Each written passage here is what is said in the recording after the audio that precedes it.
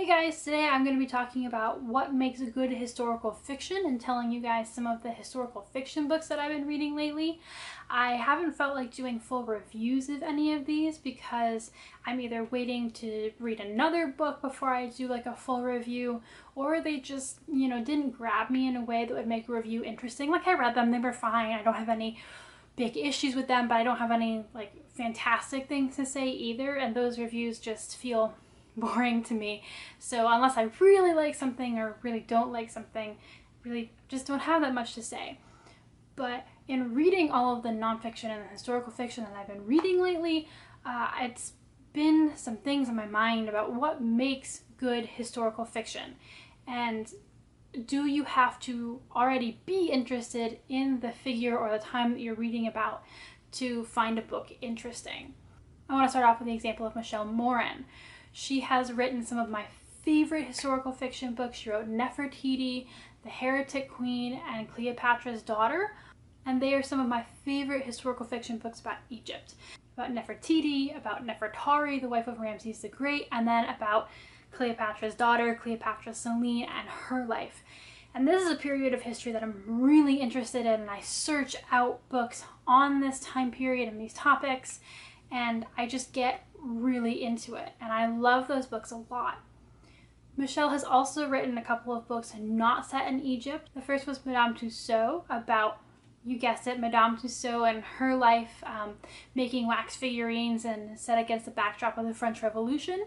And then she also wrote The Second Empress, about Napoleon Bonaparte's second wife. I had always meant to get around to reading them, but I hadn't really. Just because, again, I'm not really interested in the French Revolution, and I'm not really too interested in Napoleon Bonaparte. Like, they're not periods of time that I really care to read about at all. And so I read Madame Tussaud, it was fine. I read The Second Empress, it was fine.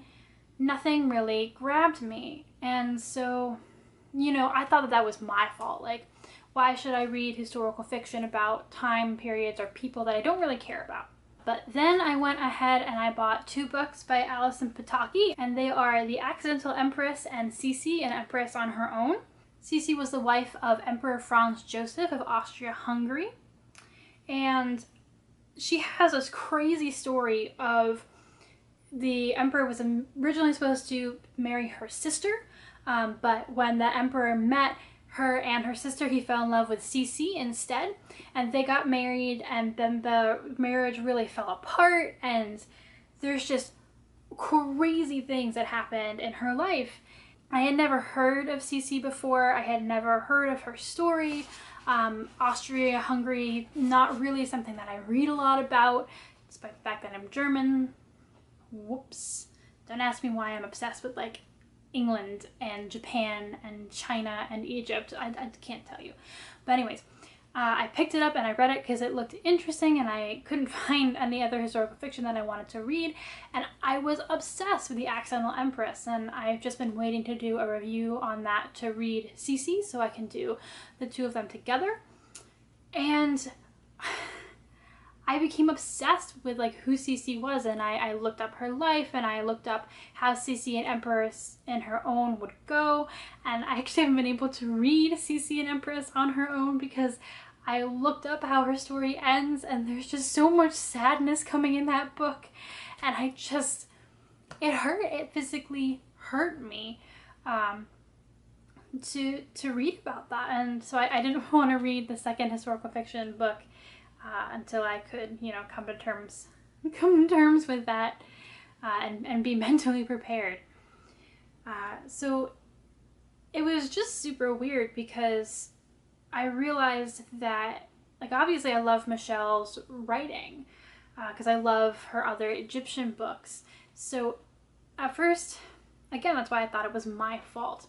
I thought I would never be interested in something that I didn't already know something about. But then again, while I was thinking that, what is the point of historical fiction in that sense if you're only reading something that you're already interested in?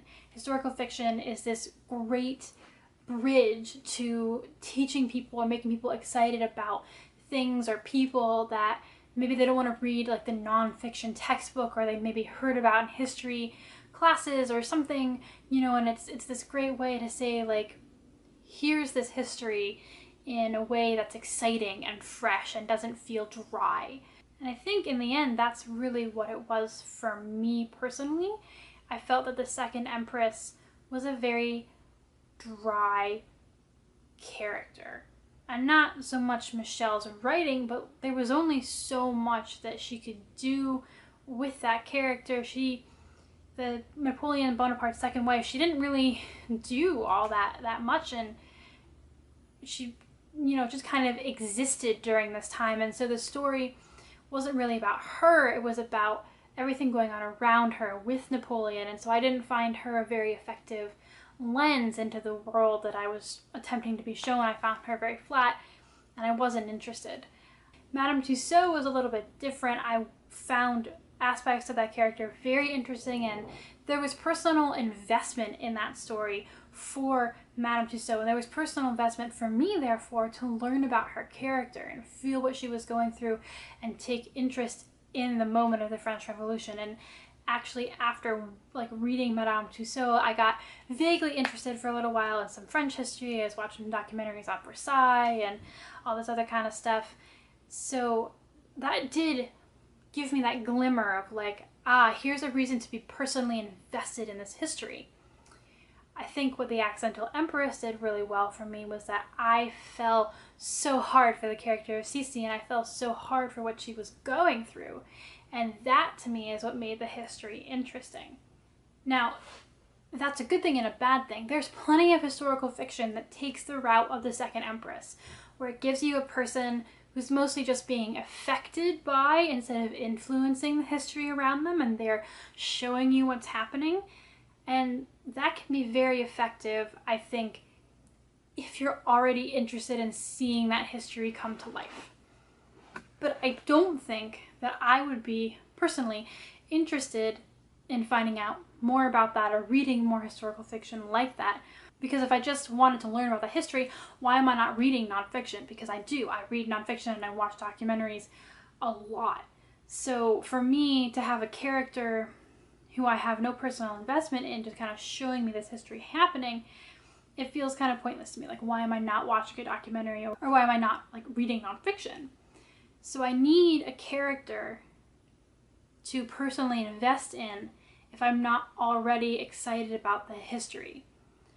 I can even remember thinking when I was reading Cleopatra's Daughter, like, I'm like moderately interested in Cleopatra Selene, but I'm so interested in like what's happening around her, because it was a portion of Egyptian history that I hadn't really studied. I'd done like up to Cleopatra and then kind of stopped. So in that case, because I was interested in what was happening around her, I liked that book a lot. So for me, it was really about identifying those two kinds of historical fiction, the one that I liked and the one that I didn't. And so I wanted to like kind of tell you guys about these books and then show you what I've been reading a little bit, and just kind of ask you, if you read historical fiction or if you read nonfiction as well, if you found the same thing, or is this something particular to me, or is my view not broad enough? Is there something else in this equation that I haven't thought of? Do you think that there's more than just those two kinds of historical fiction narratives that I have mentioned?